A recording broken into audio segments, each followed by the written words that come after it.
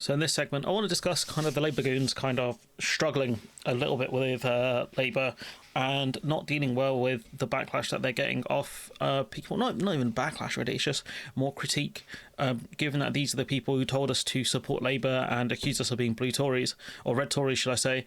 I think it's only fair we actually look at what's being said here, especially when they're going to throw insults at us or other accusations. So No Justice did a reaction video to one of Tansky's videos, and effectively, gave her, I think, she was very charitable towards her, to be honest with you. Good criticism, in my opinion. And so, Tansky's mad, saying I've got an uptick in abuse because low-level YouTubers use me as hate clout, blame me for Labour policy. Without my name, no one would click on their links, which isn't really true. I mean, you can make the argument for me, sure, but you can't make it with No Justice, considering that her channel's doing quite well. So it's completely untrue. So they're insufferable, playing student politics, don't want or need their respect. So why are you atting people then, or not atting people? Why you be mad for then? And she is in my opinion a glass cannon. She can go after people really aggressively, but as soon as you give any pushback, she starts crying. And so that's my point here, glass cannon. And NJ making the point that she was charitable towards her, and I make this point: if Tansky actually watched my videos or NJ's videos, should actually have good content, because our analysis is a lot better, especially because of the fact that it's proven the fact that we're right about what happened and she's objectively wrong. The fact that she was spamming mad taunts at people and insults, and now she's out here talking about, Labour, look how bad they are, blah blah blah, etc. To say I am livid at what was announced by Labour today. I didn't want, any silence or absence to be seen as tacit compliance or agreement with what they have done, because it is indefensible. It's just pretty poor timing that they chose to start shooting the poor, and I'm about to go off on a short break, as absolutely did happen, because someone think of the poor YouTuber who's going on a holiday. That's precisely how it works. There are people out there trying to defend it, trying to claim that this is all the big bad press. I mean, the press are feral, click-obsessed psychopaths, but they don't pluck it out of the air. And if you don't believe me, Google the dark arts. If the press isn't briefed by Number 10, then it will just look at what the Tories were proposing to do and draw comparisons, although I imagine there wasn't that much of a comparison on this particular occasion. Of all the policy to drip feed, this was not the policy to drip feed. Well, the thing is, this is what they did intentionally, because again, they wanted to put through their bad policy, so they briefed worse policies in order to kind of lessen the pain. They wanted to give false concessions. You would know that if you read the briefings and the analysis at the time of what stuff was coming out. Once Labour announced the actual cuts, you would know this. People have been worried sick for weeks about this, and it has a real life impact on people who are struggling with life limiting disability, with conditions that affect their everyday life, some of which may be psychological and worsened by this kind of behaviour. I have friends on benefits, I have family members that need to claim incapacity benefit, I have friends with severe disability that will be impacted by this. I have conditions myself that, if I was claiming benefits, would be impacted by this. There is absolutely no part of me that is in agreement with it, and I will aim to get something out before I go off on holiday, but I just want to make it perfectly clear that I find it absolutely contemptible on every level that the priority of this government is apparently shagging a good headline out of the Daily Mail. I mean, is this that surprising, given that this is what they did before the election anyways? They were constantly briefing the Times certain stories and about certain policies.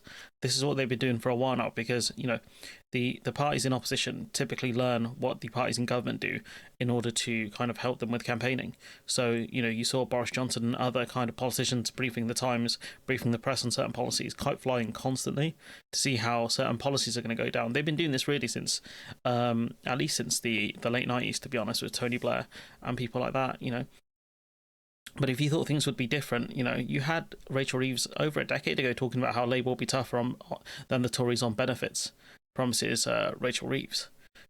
Rachel Reeves vows to cut welfare bill and force long-term jobless to take work up or lose state support. This is something she said in 2013, so it shouldn't be surprised. The moment I saw Annalise Dodds replaced as Chancellor and I saw Rachel Reeves put in, I was stunned, because I knew what that meant, because I grew up under that early 2010s politics. That's when I kind of understood the game a lot better, and somehow this lot really missed the boat on that, because in my opinion this lot they got interested in politics because of Brexit, not because of austerity.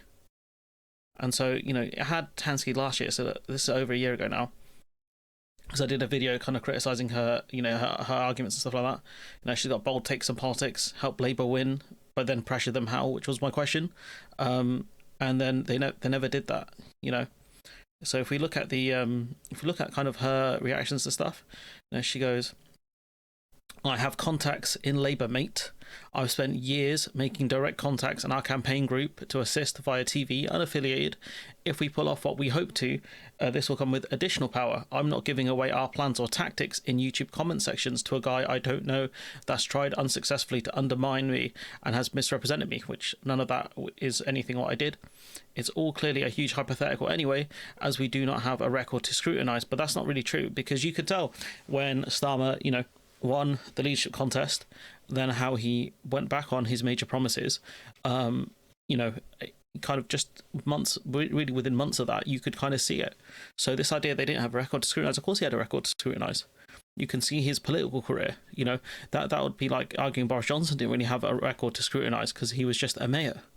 It doesn't really make sense. Keir Starmer, the guy who, as DPP, tried to send someone to America who was neurodivergent, who hacked American state computers to the point where Theresa May had to get involved and block the extradition. That's a record to scrutinise. This is silly. Her arguments are silly. She goes, I find it's generally a better idea just to ask questions before wading in, giving it the big one. Or maybe you should have asked questions of Labour before you gave them your vote without any concessions, really. No Justice made some points as well, arguing I'm clutching at straws, arguing I'm mansplaining, like this is the person she is, guys, like, it's just sad. Talking about how you have to go to the centre, things like that. But then Boris Johnson didn't do that, so it doesn't really make sense. And she just didn't have anything. She absolutely didn't have anything. And speaking of the other people, Graham, like in this video, there's a bit where he talks about how Labour weren't going to govern from the left; they were always going to govern from the centre. So that doesn't make sense given how much support he gave Labour before the election. I mean, the channel was called Labour Social for a start.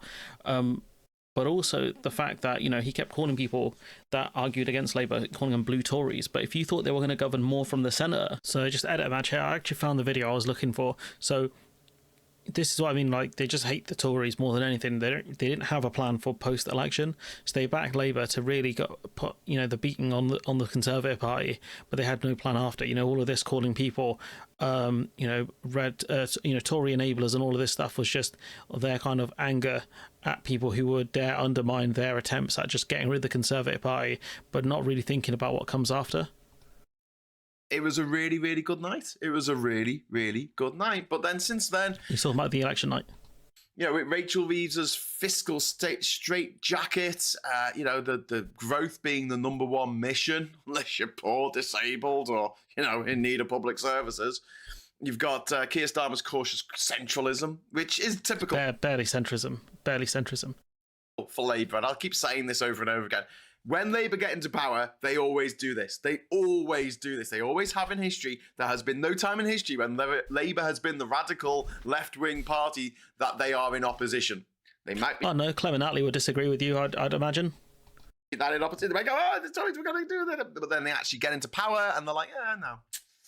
Are we going to reverse everything Thatcher did? They asked in 1997. Nah. Are we going to renationalise the water?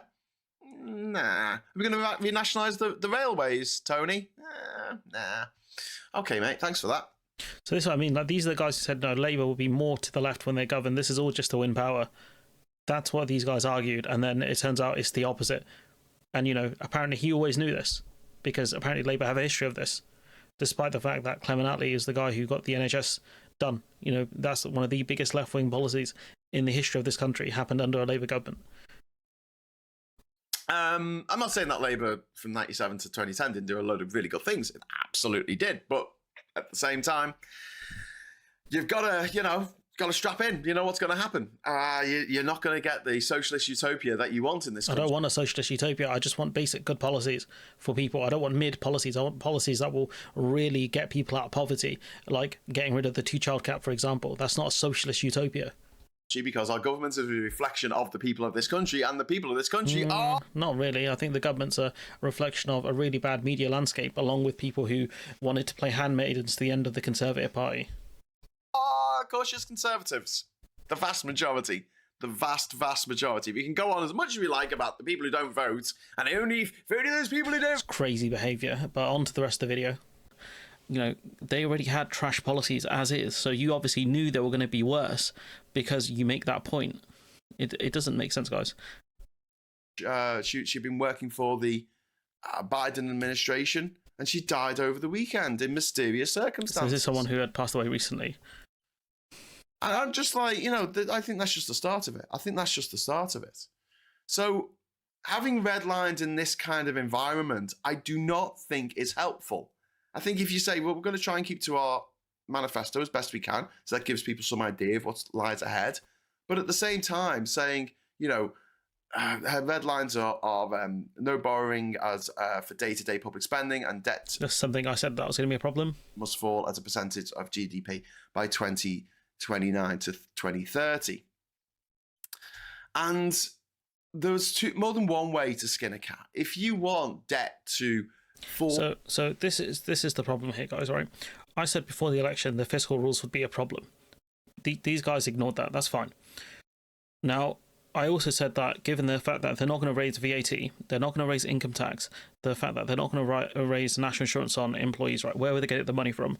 And these guys didn't really have an answer. You know, you had Rachel Reeves talking about how it's an injustice that capital gains tax is lower than income tax, and then she pulled back on that closer to the election. They had no idea what they were going to do in terms of raising tax. That was it. So there was no way for them to solve the impossible puzzle of Rachel Reeves' fiscal rules. So all these guys had to say was, well, she's probably going to ditch the fiscal rules, or have to ditch them, or it's a smokescreen. That's all these guys had.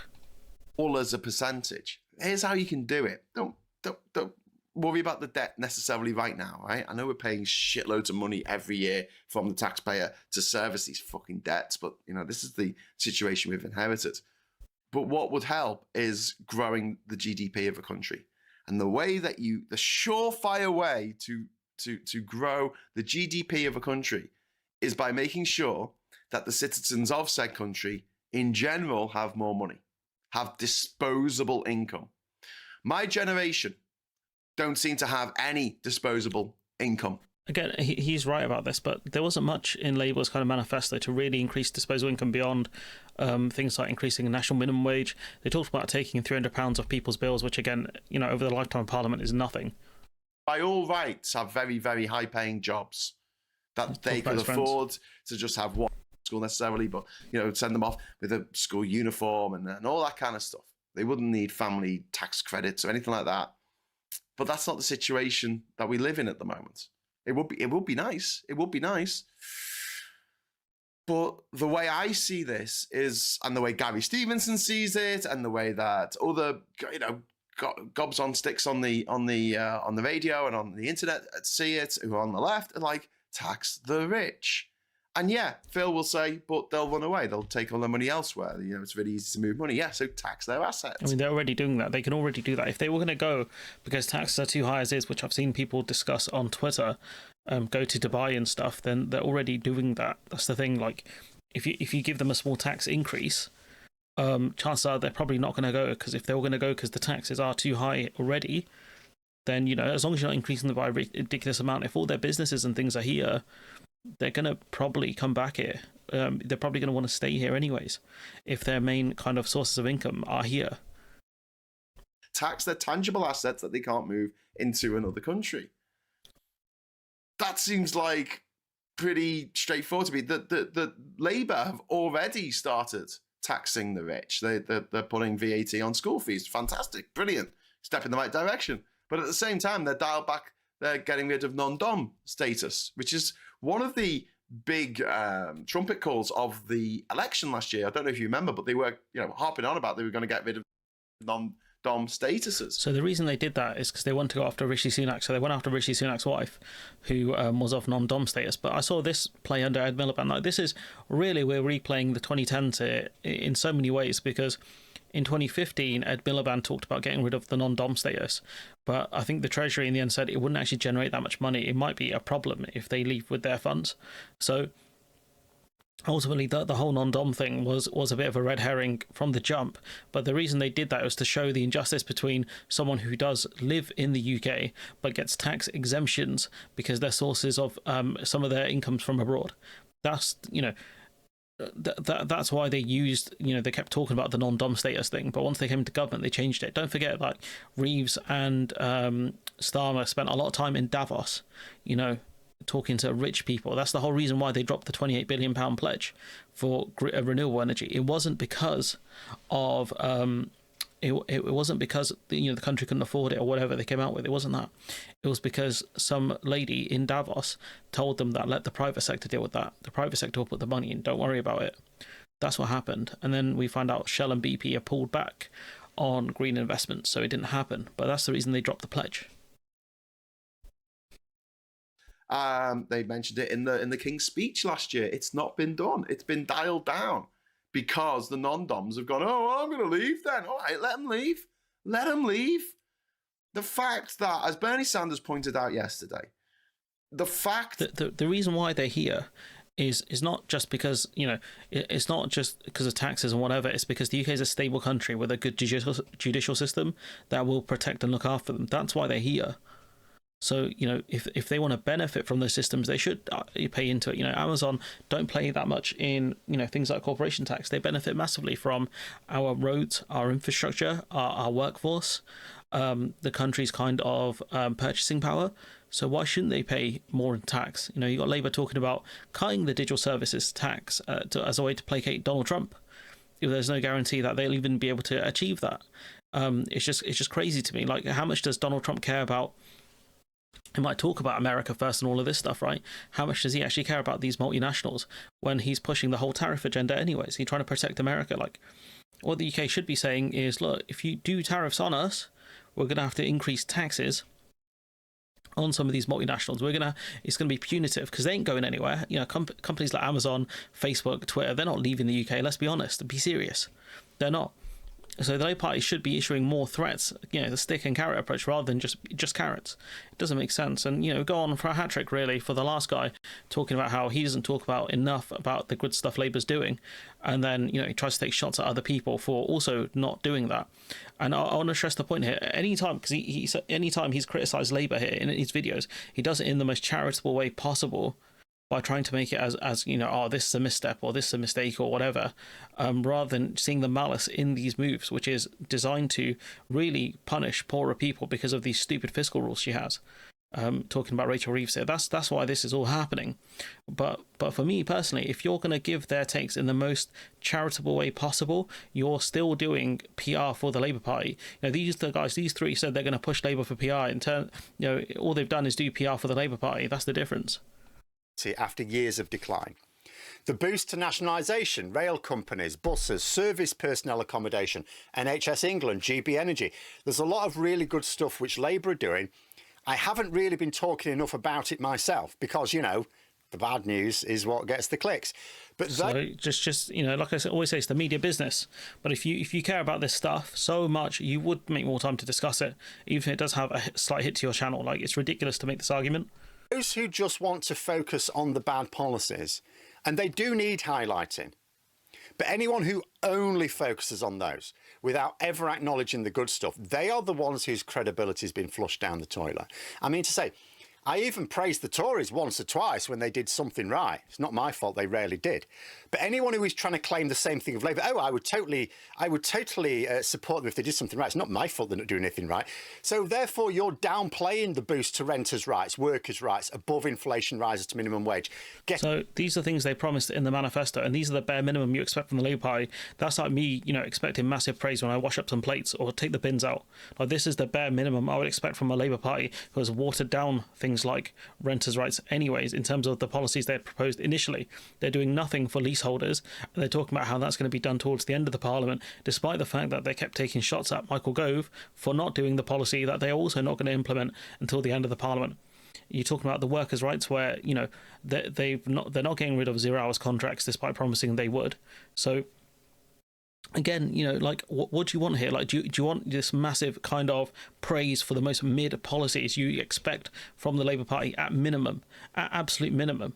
Should I expect praise for doing the bare minimum in my life or in my workplace? That, the things that I've promised to do regardless. These are manifesto pledges. They don't deserve a victory lap. Do you know what I mean? Like, if the Tories did do things that were praiseworthy, I guarantee you offered criticism in those videos as well. So this is crazy to me, to take this kind of stance of, they're not, people should be praising Labour more and whatever. Like, I think I have covered some of the better stuff Labour has done, but it's not enough. That's the point. You'd come out from the other angle of, look at this terrible thing they did, but look at all these great things they've done. But point being is, this is not enough. Like, the changes they're making is not enough. And the damage they're doing is, in my opinion, far worse. They're talking about being the party of work now, not the party of workers, for example.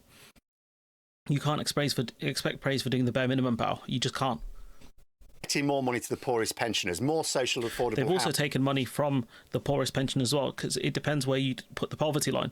Because if you're making more than 12k, you're not eligible for pension credit. So they've taken money off you via taking away the winter fuel allowance. So again, like, they have given money to poorer pensioners, yes, but they've also taken away money from poorer pensioners. Unless you define people as being on over £12,000 out of poverty. If that's your line for poverty, then fair enough. You're more out of touch than I thought, mate. Housing, more housing in general, better access to the NHS, including dentistry, bringing more... Dentistry is important, but again, like, you were talking about major reforms here, because people, like, unless they're going to make it so they bring dentistry under the NHS umbrella, like, again, you're not going to get massive amounts of praise. You don't deserve massive amounts of praise, because, again, you're doing the bare minimum that's expected of you. Public services under state control, moving away from fossil fuels towards low carbon energy, more money to tackle homelessness. Again, GBN is a joke. Like, where's this moving towards renewable energies? There's not massive investment going into it. It's simply not true. Tackling rich tax dodgers. Anyone who is saying, oh, I'd totally talk about Labour's... Tackling rich tax dodgers, but they're keeping the non-dom status, as we discussed earlier. They're putting more money into HMRC, but they're not dealing with the major ones, are they? Good stuff if they did any of it. You're basically saying none of these are good policies. I mean, they're not good policies in terms of they're going to make a tremendous amount of difference. Good, morally good. These are the bare minimum I expect from the Labour Party. Like, if this is your bar for the Labour Party, then fair enough. You might as well welcome Nigel Farage into 10 Downing Street right now, because it's not going to make enough difference to really stop someone like Farage. I'm talking about, you need to make big differences to people. They need to be able to feel it massively in their lives, so they don't go towards a guy like Farage. What you're doing is offering incremental change. What I want is systemic change. Big change is what I'm after. That's the difference for you and I. And she's being hampered. The Labour Party being hampered by the fiscal rules. And, if you want to talk about all of this good that they are doing, you'll have to, come up with the fact that they took money away from pensioners. They're taking money away from the sick and the disabled and the unemployed. So again, how much moral good are they doing versus how much bad they are doing? That's the calculation he's going to have to come out with as well, but he hasn't done so. Because, again, every time Labour do something bad, he'll always couch it and try and phrase it in the most positive way he can for the Labour Party. Which point you may need to consider that you're in lockstep with the Tories there, perhaps... See, there it is there. You're in lockstep with the Tories. You criticise Labour too much, lockstep with the Tories. You don't give them enough praise, you're lockstep with the Tories. That's what I mean, guys. This is all they have to fall back on. And I'm surprised it happened this quick in terms of criticism of people who are very critical of Labour. Because I thought this would happen in 4 years' time, when they're like, well, if you don't vote for Labour, you're helping the Tories. The same argument they used last time. Evaluate your political beliefs. Nothing wrong with most of the focus being on the bad policies, and it's especially understandable if you're personally impacted. In fact, just to be clear, those who have been genuinely badly harmed by one or more of these missteps, I totally understand that attitude. But for the rest, why do they seemingly not care about the tens of millions who, over the next year, are going to have the balance of power tilted in their favour? Tilted very slightly, guys. Very, very slightly. Again, if you're not doing much with leasehold, if you're not doing much, you're talking big changes here, guys. It's talking systemic changes. Like, I've seen, they're going to be able to hold water CEOs more accountable, right? But that's probably going to go through the courts. Those kind of things, they're going to be challenged. Courts massively backlogged. Justice Department going through cuts, but also is more money going to the environmental agencies to actually investigate companies that are breaking the rules. Is that happening? If a commentator, personally unaffected by the bad stuff, doesn't accept the good policies, it's like you don't want the good policies, you just want to complain. That is why I would suggest costs people credibility. If you insist you want good policies, but you do not talk about them when they arrive, I do not think you want good policies at all, just an excuse to rant at the world. Because you know what? Anger is a useful grift. It's the classic case of saying either everyone has to win exactly as I see it, or nobody must win. Beautiful straw man there. Again, if Labour pushed for more nationalisation, if Labour, stopped the NHS privatisation, because they're talking about, that's what they spoke about before, giving money to private companies to deal with the backlog, even though the NHS is more than equipped to deal with it. These kind of things, like, this is a phenomenal straw man that he has beautifully constructed here and knocked down. Like, there are better ways to deal with the problems that society is facing in this country, and the way Labour are dealing with it is not the correct way. You can make the argument, cool, Labour dealing with the backlog, that's a good thing. Objectively, that is a good thing. But giving money to the private sector is objectively a bad thing. Unless you absolutely have to do it, then fine. But I don't think Labour have to. We've talked about staffing before. A lot of the staff that work in the private sector for healthcare in this country also work for the NHS. So you could funnel that money through the NHS instead of the private sector and giving it to the donors of a certain Wesley Streeting, for example. So again, if your argument is we're morally doing the right thing here, but we're going about it a bad way, or the ineffective way, or even the corrupt way, then fine. If that's the argument you want to make, 100% make it. But that is not a good argument to make, both morally and objectively. That is not a good argument to make it. And so if they're happy with incremental change, that's fine. But don't complain when people are angry in 5 years still. Don't complain when people start voting for reform. Because at that point, that's on you. Because you wanted incremental change. You didn't want big systemic change. Because you voted and gave your explicit support to this lot without leveraging your vote. So that's on you, pal, honestly. That an extreme Tory government that makes everyone suffer is better than an imperfect Labour government that makes some people suffer. Imperfect. That's what I mean. He couches it in these terms that kind of tries to show Labour in their best light. Imperfect. They are way more than that, pal. Way more than that. You can make the argument kind of without the Iraq War. Tony Blair was far closer to perfection than this lot. This is what I mean. The language that people use is important. This is the only one of the few good things about doing reactionary content is you can really dissect the things people are saying here. And so he's more than happy to take these really awful policies with these very average policies. He's more than happy to do that. That's the trade-off, because in his head, it's always going to be Labour versus the Tories. What he doesn't understand is there are the Lib Dems who are going to attack Labour from the left constantly. There are the Greens who are constantly going to attack Labour from the left as well. And so the question he's going to have to ask himself is, how much can Labour survive this kind of attack from the right and the left? Because what we should be doing is trying to push Labour in the left direction so they can at least politically they can ward off the Lib Dems and the Green Party. But that's not what's happening. They're going to get hit from both sides here. It's going to be a complete disaster. So again, the question I ask these guys is, how much imperfection are you, in your word, imperfection, are you willing to take it? How much money is going to have to be taken away from the vulnerable in society for you guys to be angry enough to actually really speak out about it? Because again, you're offering Labour so many outs here. Because again, I think personally, in a couple of years' time, they're going to say, well, it's better than the Tories. That's all they're going to fall back on. Because that's all they're doing now, really. And that's sad to see that these guys kind of debase these guys and girls kind of debase themselves like this. But that was always going to happen when you gave up so much of your credibility to back this Labour Party. This is inevitable. This is inevitable that this would happen. So it is kind of sad, but at the same time, like, it is expected. It is what I expected anyways. And when I watched that debate I had with Bowler Hatman back, I saw kind of how many takes of mine were correct from over a year ago, because this was so obvious. Because I've seen this play under Ed Miliband before.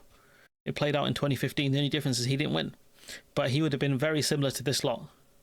He had a really big left turn outside of government after he lost that election, but given his team sucked, and if you looked at his team, he had people like Yvette Cooper, like Rachel Reeves, like Liz Kendall. You look at Starmer's team. I've singled out a lot of women. That's on me. But these are the people who are pushing the engine of these changes. You got Rachel Reeves, the Chancellor, pushing for welfare cuts to the point where even the DWP was surprised about the cuts. You have Liz Kendall, who talked about massive cuts a decade ago, and now she's got the power to implement them. So this is tragic, and I think Cooper's moved more towards the right. Again, she was the one talking about controlling immigration and things like that. She was the shadow Home Secretary at the time, talking about cutting immigration and all of this kind of stuff. So not much has changed really. I do wonder if I looked at if you guys want me to do that video, let me know. I'll do a comparison between Ed Miliband's cabinet and Keir Starmer's cabinet. But for me personally, this lot have sacrificed a lot of their credibility in trying to boost the Labour Party, because I think they wanted jobs in the Labour Party. They wanted influence. They wanted power. They had contacts. They believed that Labour would be different. But I just it was too easy to see, guys. It's too easy to see. Honestly, you didn't have to be Nostradamus to figure this out, but clearly these guys just couldn't see it. And that's what makes me sad more than anything, because they have sacrificed a lot of credibility for all of this. But anyways, I'm going to leave it there. Let me know what you think in the comments below. Like, comment, share, subscribe. Support the channel on Patreon if you can. And hopefully I'll see you in the next one.